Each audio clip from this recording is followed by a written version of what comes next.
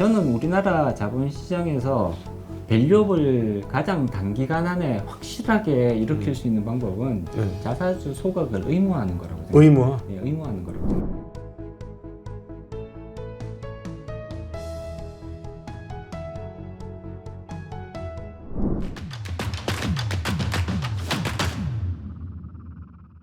오너 시스템이 반드시 나쁘다고만 얘기하기는 어렵습니다. 주인 정신이 있으니까 사실상 좋죠. 잘 결합이 되면. 그래서 이게 합리적으로, 그러니까 투자자들에 대한 그 기업의 기본적인 의무에 대해서 뚜렷하게 인식을 가지고 있는 오너라면 사실 나쁠 게 전혀 없는 거거든요. 우리나라에서 그동안 조금 아쉬웠던 부분이 이 투자자들, 경영권을 행사하고 있는 이 오너 쪽 그룹에 계시는 분들이 이 투자자 분들에 대해서 기본적으로 이런 것이 우리가 투자자들에게 해줘야 되는 기본적인 의무다, 이런 부분들에 있어서 굉장히 조금 인식이 별로 없었다는 거죠. 왜 그럴까요? 내 회사라고 생각해서 그런가? 일단은 그 창립자들 있잖아요. 우리 유명한 창립자들 여러 분 계시잖아요. 창립자들은 기본적으로 이건 내 거다라는 인식이 굉장히 뚜렷하게 남으셨던 분들이고, 사실 이건 해외도 마찬가지입니다. 창립자들은 이 회사는 내 거다, 또는 내가 세운 거다라는 그런 의식들이 뚜렷하실 강하실 수밖에 없어요. 그렇겠죠. 근데 해외에서는 이게 이제 창립자는 그런 이제 많은 경우 해외에서도 오너와 경영진이 합쳐져 있는 형태들이 많습니다만, 이게 예를 들어 자식대 또는 손자대, 3세대 이렇게 넘어갈 때는 거의 대부분 경영과 소유가 분리가 되는 형태로 진화를 하거든요. 근데 우리는 독특하게도 2세한테 넘어가고요. 3세한테 넘어갔다가 지금 이제 4세한테 넘어가고 있는 그런 현상들이 나타나고 있잖아요. 그냥 주주로 있는 것보다는 그렇게 있는 게 더 먹을 게 많다라고 생각하기 때문에 아마 그런 이유도 크게 작용하는 것 같습니다. 욕심이 많은 거네요. 그러면 다 먹으려고 하니까. 인간은 기본적으로 욕심이 많습니다. 모든 인간은 기본적으로 욕심이 많습니다. 참.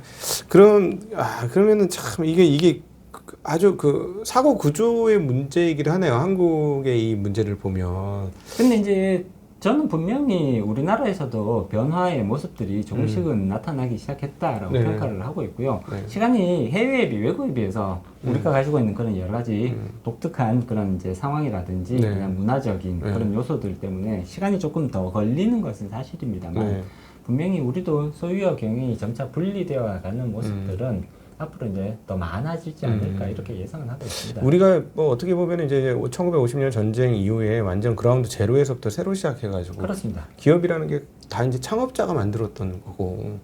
이 70년 동안 해외에서 200~300년 동안 진행되어 왔던 게 그냥 단기간에 급속하게 일어나고 있는 거잖아요. 그러다 보니까 조금 더 여러 가지 이제 쉽게 말하면 부작용들, 그런 이제 모습들이 나타나는 게 아닌가 이렇게 평가할 수 있겠죠. 저는 우리나라 자본시장에서 밸류업을 가장 단기간 안에 확실하게 일으킬 수 있는 방법은 자사주 소각을 의무화하는 거라고 생각합니다. 의무화? 네, 의무화하는 거라고 생각합니다. 어떻게 의무화죠? 지금 기업들이 자사주를 굉장히 많이 들고 있죠. 이미 보유 굉장히 많이 들고 있습니다. 그래서 그 보유하고 있는 자사주들을 단계적으로, 이거 한꺼번에는 절대 소각 못 하거든요. 앞으로 뭐 10년 동안에 예를 들자면 앞으로 보유 5년 이상 된 거는 5년 안에 해결하고 그렇죠. 이런 식으로 단계적으로 한 10년 정도 시간을 주고 단계적으로 몇 퍼센트 뭐 이런 식으로 해서 자사주 보유하고 있는 부분들을 소각으로 연결시키는, 의무화시키는 것들이 만약에 이루어지게 된다면 저는 이거는 굉장히 크게 효과를 나타낼 거라고 생각을 하거든요. 우리나라는 자사주 매입과 자사주 소각은 별개의 사안이잖아요. 소각 자체라는 건 많이 들어본 적이 없어요. 최근 들어서 소각 이제 사례들이 이제 나오기 시작하는 거잖아요. 근데 사실 해외에서는 매입과 소각은 이꼴이거든요. 같은 매입을 했다는 얘기는 기본적으로 소각하겠네 이렇게 가는 거란 말이에요. 근데 우리는 매입과 소각은 완전히 별개라서 매입을 하고 나서 몇십 년간 그냥 계속 보유만 하고 있는 경우들도 부지기수란 말이에요. 나를 만나러 올 백기사를 기다리는 거죠. 그렇죠. 그래서 이게 소각으로 연결이 되어야 이게 진정한 주주 환원이란 말이에요. 근데 소각으로 연결시키려고 이제 예를 들어 이걸 의무화 시키려면 굉장히 큰 반발이 기업 사이드로 발생을 하거든요. 기업 사이드에서 기업들은 자사주를 보유하면서 이거 굉장히 쏠쏠하게 유용하게 써먹었단 말이에요. 그렇죠. 근데 소각을 의무화시키겠다. 기업들은 당연히 내가 가지고 있는 기득권을 내려놔야 되는, 포기하라는 얘기구나. 네, 네. 이렇게 들릴 수밖에 없는 거잖아요. 그래서 기업들로부터 굉장히 큰 반발이 나올 수밖에 없습니다. 네. 우리나라 언론은 누가 가장 큰 영향력을 행사하는지 아시죠? 아, 광고주들이 거의 다 기업이죠. 광고주들이 거의 대부분 기업이잖아요. 네. 그렇기 때문에 기업에 대해서 불리한 정책적 변화가 시도될 때 보통 어떤 현상들이 나타나냐 하면 일단 언론이 여기에 대해서 굉장히 공격적인 그런 기사들이 많이 네. 나올 수밖에 없습니다. 네. 왜냐? 기업들이 광고주니까요. 네네네. 따라서 그러한 제도적 변화를 시도하기가 굉장히 힘들어지죠. 네. 여태 자사주 소각을 의무화하자는 얘기가 이번에 처음 나왔겠냐고요. 네네. 절대 그렇지 않거든요. 네네네. 벌써 10년 전, 15년 전부터 네. 야, 자사주는 좀 매입을 했으면 소각을 네. 의무화시키는 걸로 한번 바꿔보자 네. 라는 얘기는 이미 15년 전부터 20년 전부터 나오고 있었단 네, 말이에요. 네, 네. 근데 여태 그런 것들은 전혀 시도가 이루어지지 않았었죠. 저는 지금 이제 밸류업 뭐 이런 네. 얘기 많이 하잖아요. 밸류업 기업들이 거기에 대해서 스스로 기업 가치 제고 계획을 세우도록 만든다. 저는 우리가 충분히 네. 해볼 만한 시도라고 생각을 합니다. 네, 근데 네. 이런 것들이 아주 뚜렷하게 효과를 내기 위해서는 제도적인 뒷받침도 굉장히 네. 중요하거든요. 네. 그리고 저는 가장 중요한 제도적 뒷받침 중에 하나가 바로 이 자사주 소각을 단계적으로 시간을 주면서 네네네. 한꺼번에 하라 그러면 절대 못합니다. 그렇죠. 네. 네. 단계적으로 자사주 소각을 의무화시키는 이런 제도적인 변화가 시도된다면 네. 저는 이거는 우리나라 주식시장의 밸류업에 굉장히 큰 영향을 미칠 수 있는 사안이라고 봅니다. 그럼 황 의원님은 그러면 한국 밸류업을 위해서 제일 필요한 게 배당 성향을 높여야 된다. 배당 성향 아니면은 뭐 예를 들어 그 자사주 소각을 의무화해야 된다. 지금 말씀드렸고요. 아니 1번, 2번, 3번, 4번 중에 한번 얘기해 보시죠. 일- 상법 개정도 있을 거고. 전 1번이 자사주 소각 의무화입니다. 네. 자사주 소각을 의무화하는 거. 그리고 2번은 세제와 관련된 부분인데 네. 배당 소득세를 이거를 분리과세적으로 전환을 시킬 필요가 있다. 그러면 금융투자세 소득세로 그 금융투자 소득에 배당을 배당을 포함시키는 것도 저는 한 가지 접근 방법이 될 수 예. 있다고 봅니다. 일단 지금은 이자 소득과 배당 소득을 그냥 한꺼번로 처리하잖아요. 네. 근데 이자 소득과 배당은 성격이 굉장히 다릅니다. 네. 이자는 은행에 맡기면 리스크 없이 나오는 거잖아요. 픽스드 인컴이라고 우리가 픽스드 표현, 인컴이잖아요. 예, 표현하죠. 이자는 은행에 돈을 맡기면 거기에 대한 그 돈을 쉽게 말하면 예금에 대한 대가로서 주는 게 이자인 거고요. 네. 여기에는 신용 위험이 들어가 있지 않잖아요. 네. 근데 배당이라는 거는 안 그렇잖아요. 네. 이거는 내가 이 기업이 괜찮은 것 같아서 네. 기업에 대한 투자의 개념이 들어가는 거잖아요. 네. 투자의 대가로 지급받는 게 배당입니다. 네. 그리고 여기에는 그만한 그러니까 손실 위험을 감수하고 들어가는 거잖아요. 네. 리스크 테이킹이 들어간단 말이에요. 네. 그렇기 때문에 이자 소득의 특성과 배당 소득의 특성은 저는 상당히 다르다고 생각을 하거든요. 네. 따라서 이 둘은 조금 구분지어서 그러니까 처리해줄 필요성이 있다라고 생각을 하죠. 그리고 또 한 가지 아까 제가 이제 잠깐 말씀을 드렸는데 자사주 매입 및 소각, 그러니까 자사주 소각과 배당은 사실 경제적 실질은 동일한 거거든요. 그렇죠. 기업이 돈을 벌면 주주들한테 나눠줘야 되잖아요. 네네. 나눠주는 방식이 돈으로 주면 배당이고. 배당인 거고요. 주식을 사서 소각을 시켜버리면 남은 주식 수가 줄어들잖아요. 주당 가치가 그럼 높아지는 주당 거죠. 가치가 높아지는 거잖아요. 네. 주가가 올라간단 말이에요. 네. 그러면 이것도 주주들한테 돈을 나눠주는 한 가지 방법인 네, 거거든요. 네. 그냥 현금으로 쥐어주는 거랑 네. 자사주를 매입해서 소각함으로써 주가를 띄워주는 거랑 네. 이 두 가지는 사실 경제적 실질 자체는 동일합니다. 네네. 근데 세금 처리는 완전히 눈이 다르죠. 다르잖아요. 100% 다르죠. 배당은 배당 소득세가 부과가 되고요. 네네. 2천만 원이 넘어가면 금융종합 과세를 맡게 되잖아요. 현재 한국에선 그렇습니다. 우리나라에서는 그렇잖아요. 예. 근데 주가가 뛰어서 주식 양도소득이 발생하면 이건 면세란 말이에요. 네네. 지금 현재 면세잖아요. 현재까지는 네, 면세잖아요. 네. 그러면 하나는 세금이 있고, 이건 세금이 없다. 하나는 세금이 없는데 사실 이 두 가지는 경제적 실질이 같습니다. 그러면 보조를 맞춰줘야 된다? 그렇습니다. 그렇기 때문에 배당을 이자, 배당 한 묶음으로 둘 게 아니라 이자와 배당은 성격이 굉장히 다르기 때문에 배당은 여기서 분리를 해서 오히려 이쪽으로 붙여주는 게 왜냐?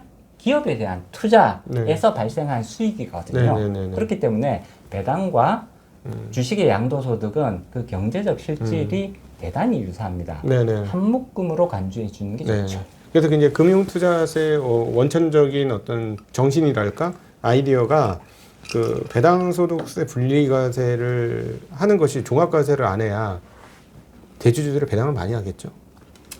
상대적으로 많이 할 겁니다.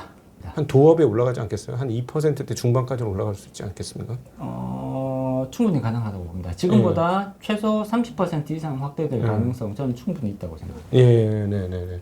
근데 이제 그렇게 되면 이게 이제 그 배당소득을 만약에 분리과세를 시켜줄 경우에는 여기는 세금을 그래도 매기는데 그 자사소각에는 세금을 매기지 않느니 이게 이제 과세 형평성에서 이제 어긋난다는 말씀이신 거잖아요, 일종의. 그렇습니다. 그래서 경제적 실질이 동일하면 물론 이건 지나치게 경제학자적인 마인드일 수도 있는데 경제적 실질이 동일하면 거기에 따른 취급도 동일하게 해주라는 거거든요. 이제 예를 들어 이제 자본시장법이라는 법률이 있는데 우리나라 자본시장을 관할하는 법률이잖아요.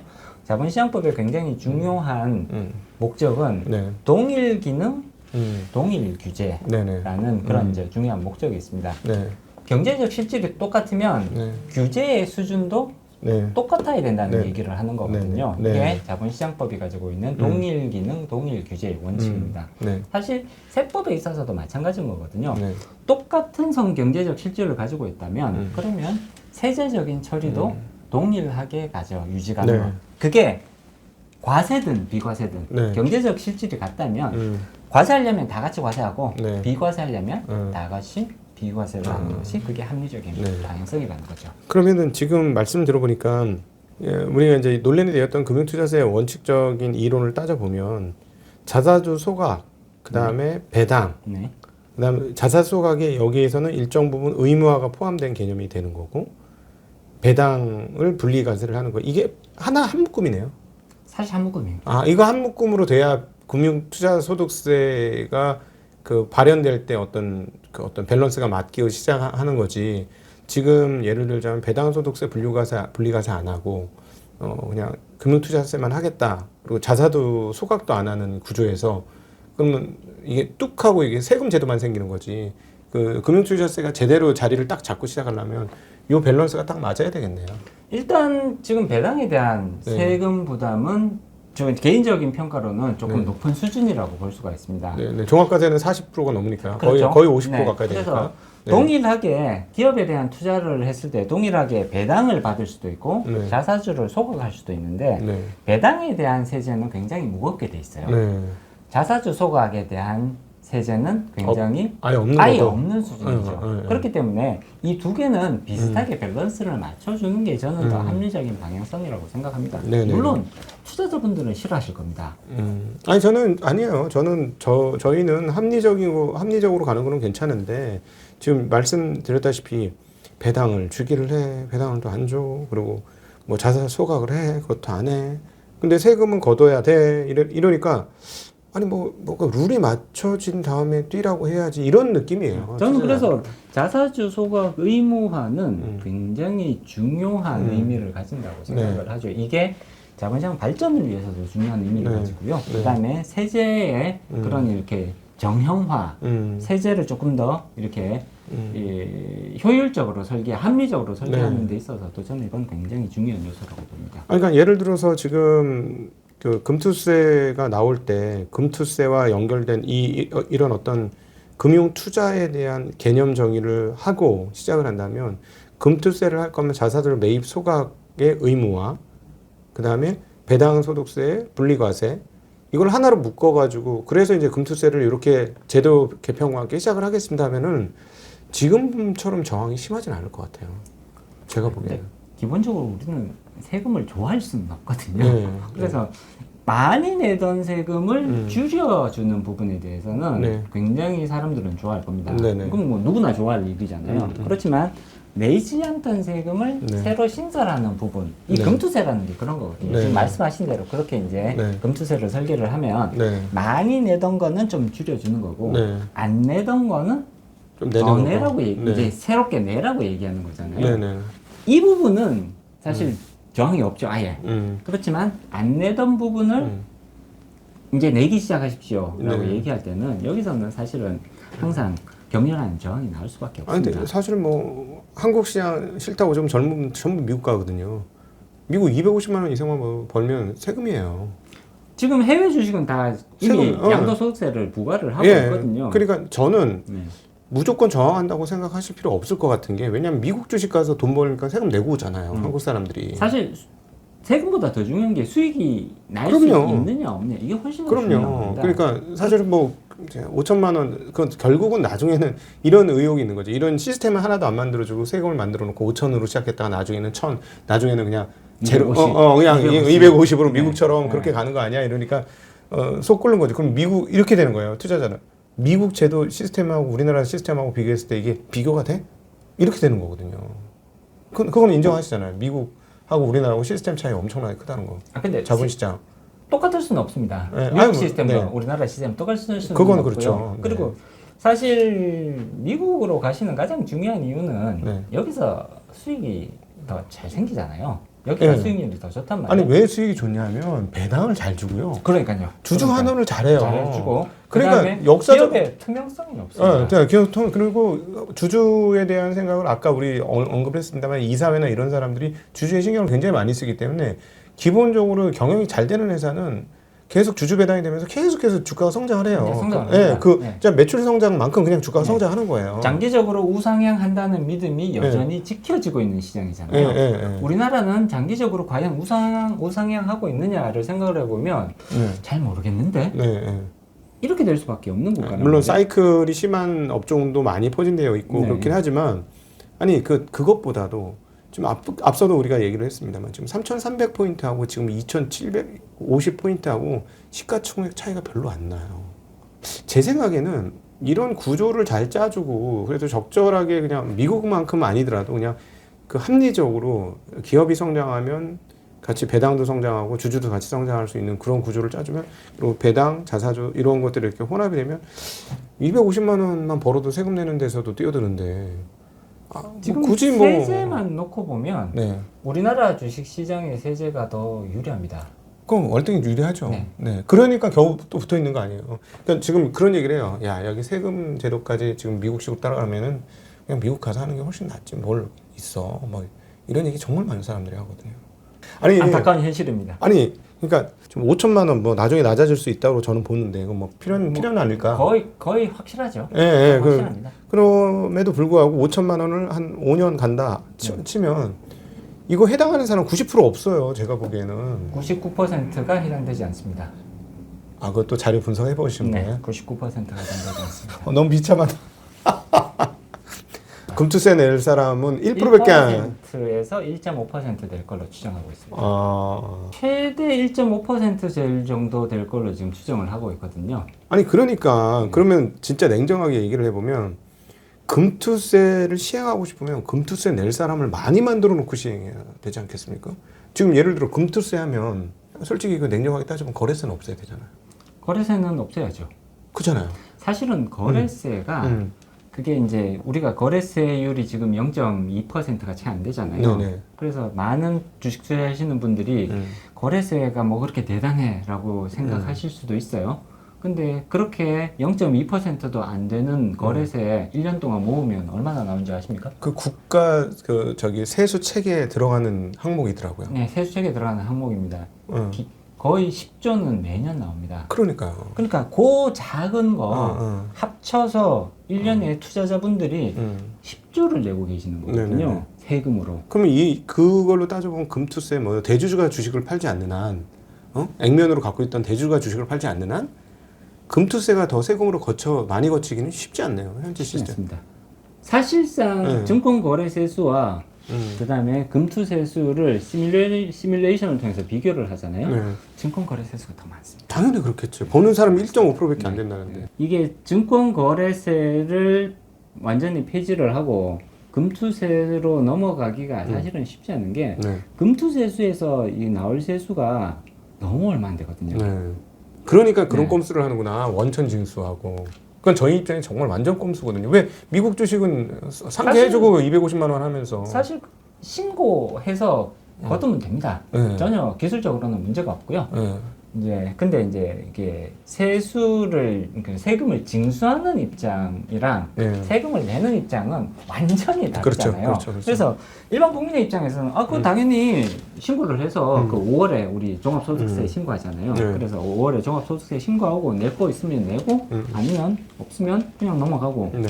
이렇게 해주면 그냥 굉장히 심플하거든요. 네. 세금을 내는 입장에서는 당연히 이게 베스트입니다. 네네네. 네, 그리고 이렇게 하는 거에 대해서 기술적인 문제는 별로 없습니다. 외국 주식 그렇게 하고 있으니까. 네, 기술적인 문제는 별로 없습니다. 네. 다만 세금을 이제 걷는 입장에서 생각을 네. 해보면 이렇게 되면 뭔가 좀 불안한 거죠. 만약에 이제 소득을 그리고- 얻고 세금 안 내고 어디 외국으로 이민을 간다던가. 그렇죠. 네, 예, 네. 그런 사고는 웬만하면 생기게 마련이거든요. 네, 네, 네. 그러니까 이제 세금을 걷는 입장에서는 확실하게 조금 걷고 싶다. 이래서 이제 원천 징수를 고집하는 거란 말이에요. 네. 근데 금투세에 있어서 굳이 원천 징수를 고집할 이유는 그렇게 뭐 뚜렷해 보이지는 않는다. 뭐 개인적으로는 그렇게 생각합니다. 네. 네, 원천 징수 안 하더라도 그러니까 세금을 걷는 것 자체에 크게 문제가 생길 것 같지는 않다라고 네. 생각을 하죠. 야, 근데 이제 만약에 배당 소득 분리과세 해주고 자사주 매입 소각 의무화하고 뭐 이런 거 그다음에 이제 거래세 없애주고 이렇게 하면은 거래세는 근데 없애기가 굉장히 어렵습니다. 네. 왜냐? 거기 농특세가 붙어 있잖아요. 네. 0.15%가 농특세입니다. 네. 코스닥은 100% 거래세고요. 네. 코스피 시장은 0.15%는 농특세고요. 네네. 그 위에 조금 더 붙어 있는 0.03%뭐 이 정도? 네네. 요만큼만 거래세거든요. 네. 이 0.15% 농특세가 없어지지 않는 이상은 거래세를 없앨 수가 없습니다. 이게 이름은 농특세지만 실질적으로 거래세잖아요. 네네. 근데 농특세는 없애기가 대단히 어려운 제도입니다. 아마 아실 거예요. 우리나라에서는 농민들을 굉장히 보호하는 거 굉장히 중요하다고 생각을 하잖아요. 네네. 아마 대부분의 국민들이 다 그렇게 생각하실 거예요. 농민들은 보호해야 된다. 왜 농특세가 도대체 주식거래에 농특세가 왜 붙어 있냐?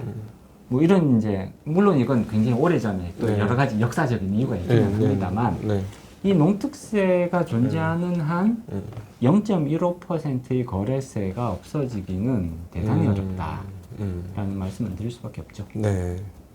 참 근데 좀 답답한 게 이렇게 세금 잘 거쳐지는 시장인데 이걸 활성화하면 세금이 더 잘 거쳐질 텐데 왜 이쪽에 이렇게 방점을 안 두는가 이렇게 고민을 하다가 도달한 지점이 공무원들이 주식을 안 해서 그래 라는 결론에 도달했어요 저는. 공무원들에 대해서는 이제 특히 이제 고위 공직자들. 3천만 원 이상 주식을 사면 다 보고 의무 보고가 돼. 네. 그리고 이제 고위 공직자들은 그걸 이제 백지 신탁이라고 그러죠. 네. 네, 주식을 이제 백지 신탁을 해야 되고 또는 이제 일정 기간 내에 처분을 해야 되고 네. 뭐 이런 문제들이 있습니다. 네. 이게 이제 개인들에 대한 지나친 재산권 침해 아니냐 네. 뭐 이런 논쟁들이 있기는 하죠. 네. 근데 사실 고위 공직자들은 특정 업종, 특정 기업에 굉장히 큰 영향력을 행사할 수 있는 정책에 대한 결정 권한을 가지고 있잖아요. 그럼 그렇죠. 네. 사실 이런 법들이 왜 생겼냐를 네. 생각을 해보면 예. 과거에 이제 그런 사고들이 생겼단 말이에요. 네. 정책 결정을 할 수 있는 입장에서 자기가 들고 있는 주식 유리하게 네. 그 회사에 유리하게 쉽게 말하면 정책 결정을 해줘 버렸던 네. 그런 사례들이 생겼단 말이에요. 네. 그러다 보니까 이건 뭔가 문제가 있는 거다. 너가 그 주식을 들고 있었기 때문에 정책을 이 방향으로 선택한 것이 아니라 이 방향으로 선택한 것이 아니냐. 네. 뭐 그런 사례들이 꽤 있었단 말이에요. 그래서 공무원들한테는 최소 3천만 원 넘어가는 부분들에 대해서는 신고하도록 하고 또 경우에 따라서 백지 신탁을 하도록 이렇게 요구를 하기도 하고 또 공직자 뭐 재산 신고법인가요? 네. 무슨 법률이 있죠? 네. 거기서 이제 그런 식으로 이제 규제를 할 수밖에 네. 없었죠. 이게 풀리기는 사실 대단히 어렵지 않을까라는 생각은 듭니다. 사실 이런 법률이 우리나라에만 있는 건 아니거든요. 네. 미국이나 유럽이나 네. 뭐 비슷한 법률들이 다 있습니다. 사실상 물론 이제 이걸 얼마나 강제하고 있느냐, 얼마나 구속력 있게 집행을 하고 있느냐, 뭐 거기에 네. 대한 차이는 조금 있습니다만 네. 기본적으로 해외에서도 공직자들에 대해서는 일정 부분 금융거래를 신고하게 한다거나 네. 또는 아예 금융거래, 그러니까 주식 매매 행위 자체를 금지해버리는 네. 그런 법안들이 존재하기도 합니다. 네. 그래서 고위공직자는 좀 이해가 돼요. 그런 부분들은. 근데 그렇게 따지고 보면 그걸 뒤집어서 부동산에 엮어서 한번 생각을 해보면 부동산도 보고와 신고는 하지만 그 정도까지는 아니잖아요. 그러니까 당연히 정책할 때 앞서 이거 아무래도 내가 갖고 있는 기업한테 조금 유리하게 나도 모르는 사이에 나도 모르는 사이에 손이 여기다 도장을 찍었어. 뭐 이런 상황들이 벌어진다면 부동산도 마찬가지야. 안으로 굽는 부동산도 마찬가지일 거 아니에요. 여기 아무래도 여기 뭔가 여기 공원 여기다 지어야 되겠는데. 뭐 이렇게 될 수도 있는 거잖아요. 그러니까 그렇다면 아예 고위공직자들 그냥 마지막 도장을 찍는 사람들은 진짜 그렇게 한다고 해도 일반 공무원들은 조금 좀 자유롭게 기업 투자를 할 수 있게 해줘야 그 뭐 정책 방향이나 이런 것들도 좀 주식시장이나 기업들한테 사실 저는 이 부분에 대해서 해법은 네. 고위공직자 또는 뭐 네. 외국 같은 경우는 고위공직자뿐만이 아니라 국회의원이라든지 그다음에 이제 법원 판사들 네네. 이런 부분들까지 다 이런 법률을 적용을 하거든요. 예, 예. 근데 이제 공통적으로 관철되는 부분은 개별 종목에 대한 투자는 굉장히 제한을 가하는 것이 일반적인 모습이고요. 네. 개별 종목 말고 펀드. 펀드에 대해서는 네. 거의 대부분의 국가가 제한을 두지 않거든요. 그러니까 저도 그 생각이에요. 그러니까 뭐 한 종목을 내 재산의 3분의 1을 가갔어?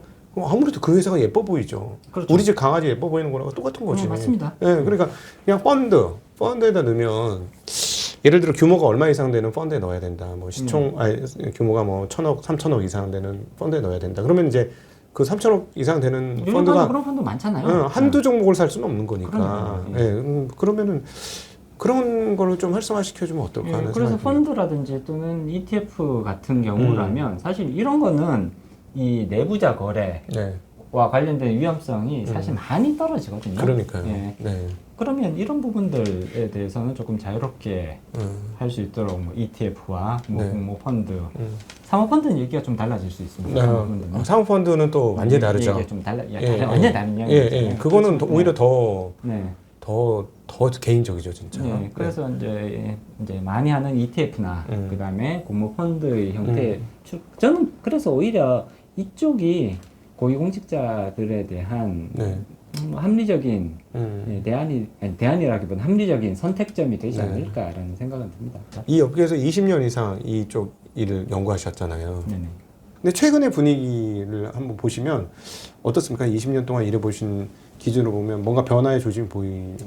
저는 분위기는 굉장히 많이 달라졌다고 생각을 합니다. 처음에 말씀드렸잖아요. 우리나라 이제 이런 변화의 분위기를 많이 느낄 수 있는 게 저는 언론 기사에서 그 변화의 분위기를 많이 느끼거든요. 예전에는 투자자들한테 유리한 예전이라고 물적 분할 이후에 상장하는 케이스가 없었겠습니까? 많았겠죠. 옛날에 많았죠. 더 많았거든요. 옛날에 사실은. 많았죠. 옛날에 더 많았는데 이런 것들이 기사화도 거의 안 됐을 뿐더러 심지어 기사화가 된다고 하더라도 거의 관심을 못 받았었어요. 무슨 말인지도 몰랐고. 네. 근데 사실 그때부터도 이제 저희 같이 이런 쪽에 이제 연구 분야에 있는 분들은 이건 너무 잘못된 거 아니냐. 그리고 잘못된 거다. 바꿔야 된다라는 얘기를 사실 수도 없이 했었거든요. 근데 아무도 어떤 언론사도 여기에 대해서 귀를 기울여주고 관심을 가져주는 저는 그런 경험이 사실상 거의 없었단 말이에요. 근데 요즘에는 확실히 많이 분위기가 바뀌었다고 느껴지는 게 물적 분할 이후에 중복 상장하는 거 그거 문제 많습니다. 우리 이거 분명히 뭔가 규제를 해야 됩니다라는 말씀을 드리면 많은 분들이 오히려 여기에 공감을 해주시고요. 사실 개인 투자자 분들도 제가 뭐 15년 전부터 이런 말씀들을 많이 드려왔지만 사실 그때는 당신이 무슨 얘기 하는지 난 이해가 잘 안 된다.